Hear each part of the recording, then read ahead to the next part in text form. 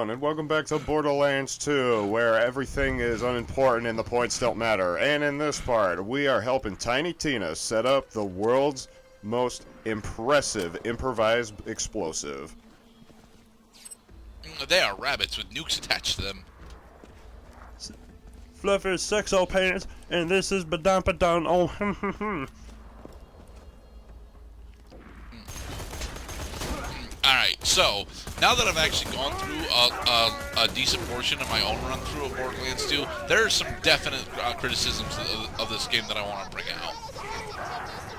Go on. Alright, firstly, the weapon manufacturer of whatever weapons that you're using definitely matters. It matters way more than you think it does. For example, when it comes to specific weapon types, like sniper rifles, the weapon manufacturer totally dictates how effective that weapon is going to end up being. Pretty much, yeah. I mean, manufacturer and type of, and kind of like genre of shotgun or assault rifle or SMG is mostly what I realize. There are shotguns that have, in general, there are weapons that have stupidly long reload times, but they either have ridiculously, that's the Bandit series. So the Bandit series usually has exaggerated magazine size or damage per hit, but it comes at the detriment that it takes a motherfucking long time for it to reload. And as you had identified it as Bandit, like, of course, it belongs to a particular manufacturer because the manufacturer applies those types of characteristics to the randomly generated weapons.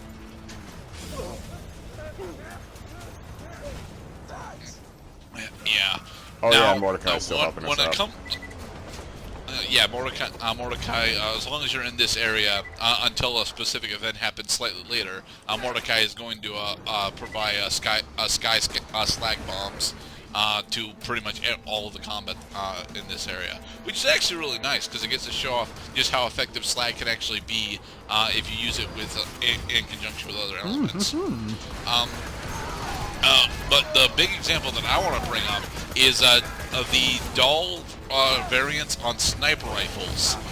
Burst fire on sniper rifles does not fucking work, and every dull sniper rifle has got burst fire when zoomed, which, one, sniper rifles' ammo capacity is so low that you just end up wasting those additional shots, and two, because of what the sniper rifles really want to do, having burst fire doesn't actually help them, especially with swayed aim or inconsistent aim. And trying to take down these buzzards without explosive projectiles is a fucking nightmare. I prefer corrosion.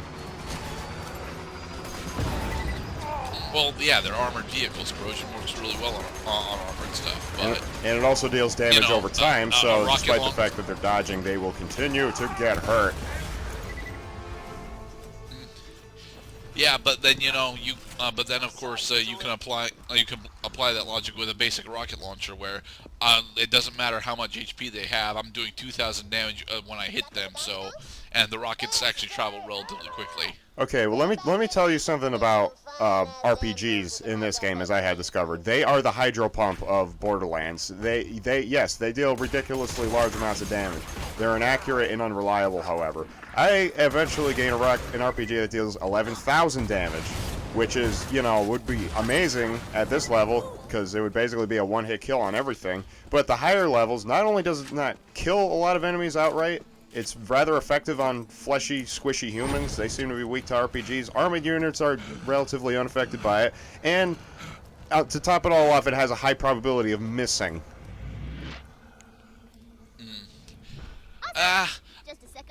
I think that's because you turned off auto-aim, personally. Fuck auto-aim. Go on. Alright, but when it comes to RPGs, I specifically found that the Theodore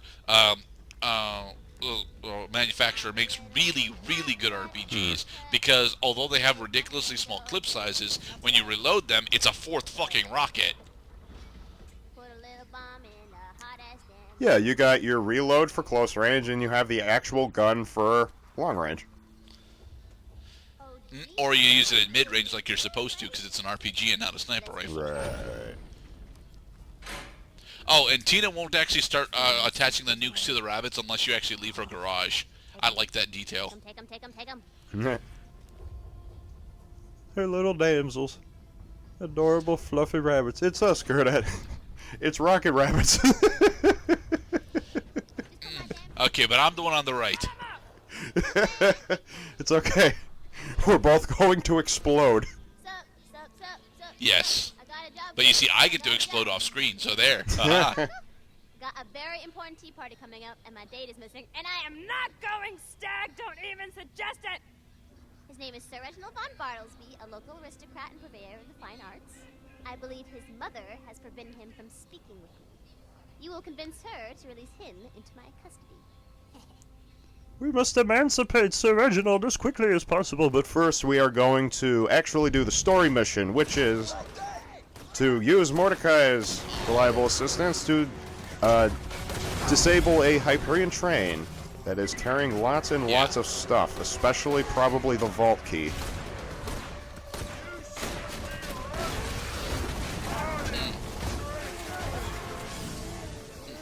Did I mention that we still actually really like the music in Borderlands? It's got a lot of great, memorable tracks. I especially like the constant, the passive theme in Constant Caverns. I like how video gamey it is, because it's quite a daunting level, pretty much for the entire game, because that's one of those areas of the game that actually follows your level.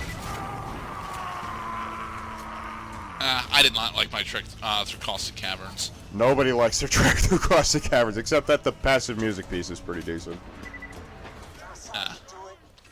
Alright, so, up the ladder, let Mordecai kill the other dudes.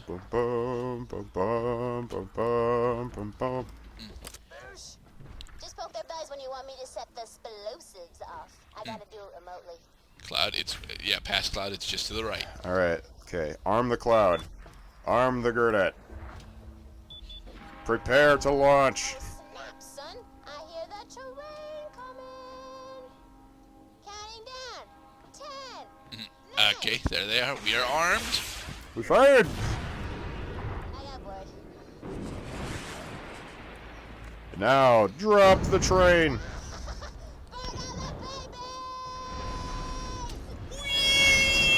Yay. Kaboom! Just in time. Well, that's one way to hijack a train. The vault key's still up on that ice shelf. And so we have successfully derailed a Hyperion train. Climb the pad to the train, or you'll go insane. What? That's a rap song I wrote. Thank you, Tina. Thank you for sharing the little insanities that go through your head. I wonder if she actually did write a full version of that rap song, or if it's just those two bars. It's probably just those two bars. Okay. Because with the power of... And here we go to one of our first major boss fights. Hell yeah. Search the train cars. They're probably keeping the Okay. vault key in the most fortified one. Yeah. Elemental effect damage? Elemental effect chance. I agree. Unfortunately, I'm slightly behind, but that's okay. It gives me time to complain about the other big thing once we get into this boss fight that I still have not found a decent resolution for. The fact that getting right in his face is pretty effective. No, actually, although that probably should have been something I should have tried, given the minimal amount of damage that this boss actually deals. But no. Although we still have to deal with a couple more loaders before we actually get to the boss fight. I like how they were slightly damaged because of the train crash. That is a good touch. Yeah. And that's finally what... You end up using your class action way more than I do. Of course, my class action is the cloak and distraction effect that allows me to deal 600% additional damage with my melee attack if I use it within 6 seconds. Which is pretty damn awesome. It is, but honestly, what I end up using it for is scapegoating around large enemies instead of, the damage boost. The damage boost is nice, sure, but it's actually more or less my get out of trouble free card once every 10 seconds, and even then I don't tend to actually use it every 10 seconds. I end up not wanting to use it, and it's stupid because it's my class ability. I should be using it way more often. And I have a feeling that if I had rolled Siren, I'd be using my class ability whenever the fuck it's up, because Siren's class ability is just that good. Being able to disable your opponents for upwards of 5 to 10 seconds is just so nice in this game. It allows you to focus on other targets. Take out the Surveyor droid first, past Cloud. No, I know. Because now the Surveyor bots are going to start flying around everywhere, and I can't hit them because they're flying around all over the goddamn place. And meanwhile, I'm being distracted while their Exploder friends basically try and kill me. And they almost succeeded.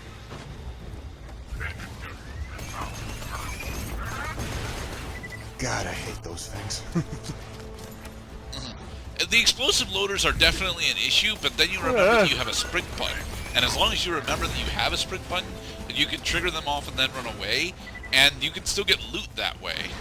Well, you need a sprint function, capacity, wherewithal, and a decent enough reaction time to realize that you're under attack. Well, they have a very telltale sound effect that they make when they charge up the explosive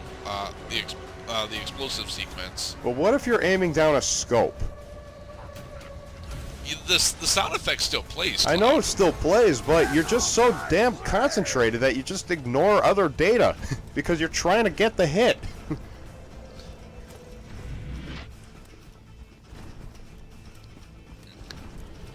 You're running low on ammo, Cloud. It's okay. I have ammo in my pants. Allow me to. Yep, you do. Allow me to equip it. It's the one major shortly. steroid that Gunzerker gets that 25 seconds. I'm really disappointed that I didn't roll Gunzerker for.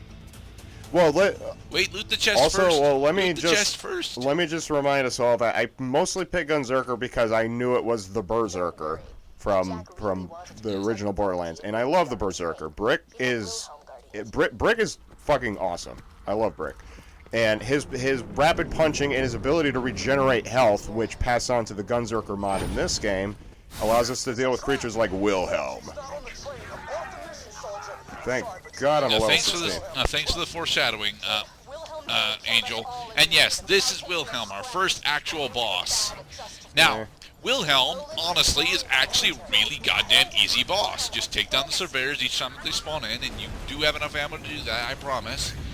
But you still need to actually take down the Surveyors past Cloud. Alright, now aim upwards. See the shining beam of fuck you. I have synergy and team action.